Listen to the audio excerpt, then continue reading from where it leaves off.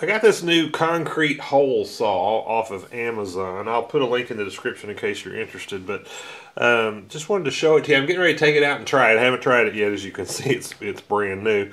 It seems decently built. It does have this SDS chucking end on it, which I don't know if that's going to give me trouble or not because I don't have that type of a chuck.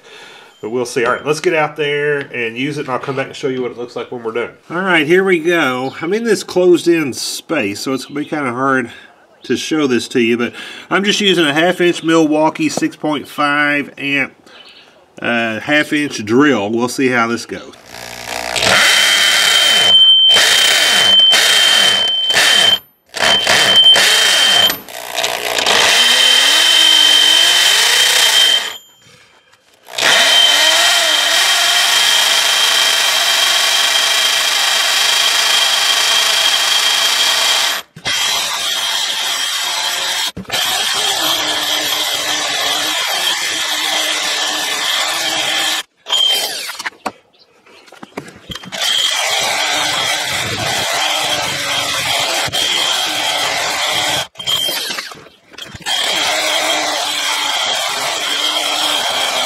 Okay, so here's the finished hole right there.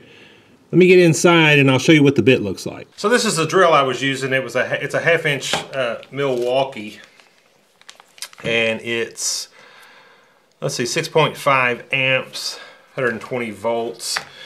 Now it's got a 2-speed high and low speed here, and I had to run it in low speed and it still would get hot, so I'd have to wait and let it cool off and that kind of thing. So really this drill's really not heavy enough to power this, but it did get the job done.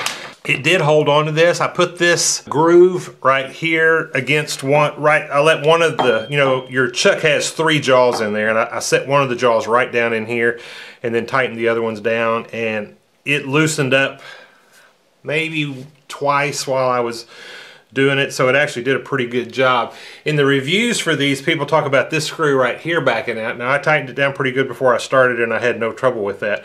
People said when they did, they'd wrap like electrical tape around there and that would keep that screw from backing out. Now what I was concerned about when I first started doing this is that the teeth would break off. They're all intact. They still feel relatively sharp, for carbide. This stayed in there the whole time. It doesn't feel just super sharp anymore, but these never do.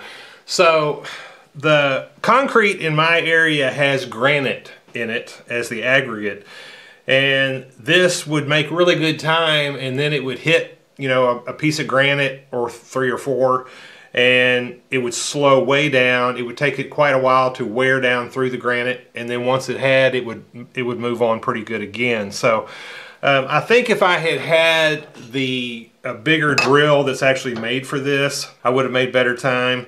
And I think that, if I had concrete that had a little bit softer aggregate in it, I definitely would have made a lot better time. But overall, this got the job done. It was only $20. I think if I had spent more, I still would have had the same limitations. It still would have slowed down when it hit the granite, because even just regular masonry bits, you'll go buzzing down through the concrete, and then when you hit one of those pieces of granite, it'll slow down, and then once it busts through, it'll move on again. So I don't know that I could have done better on my actual bit. But anyway, I hope this was helpful to y'all. Thank you for watching.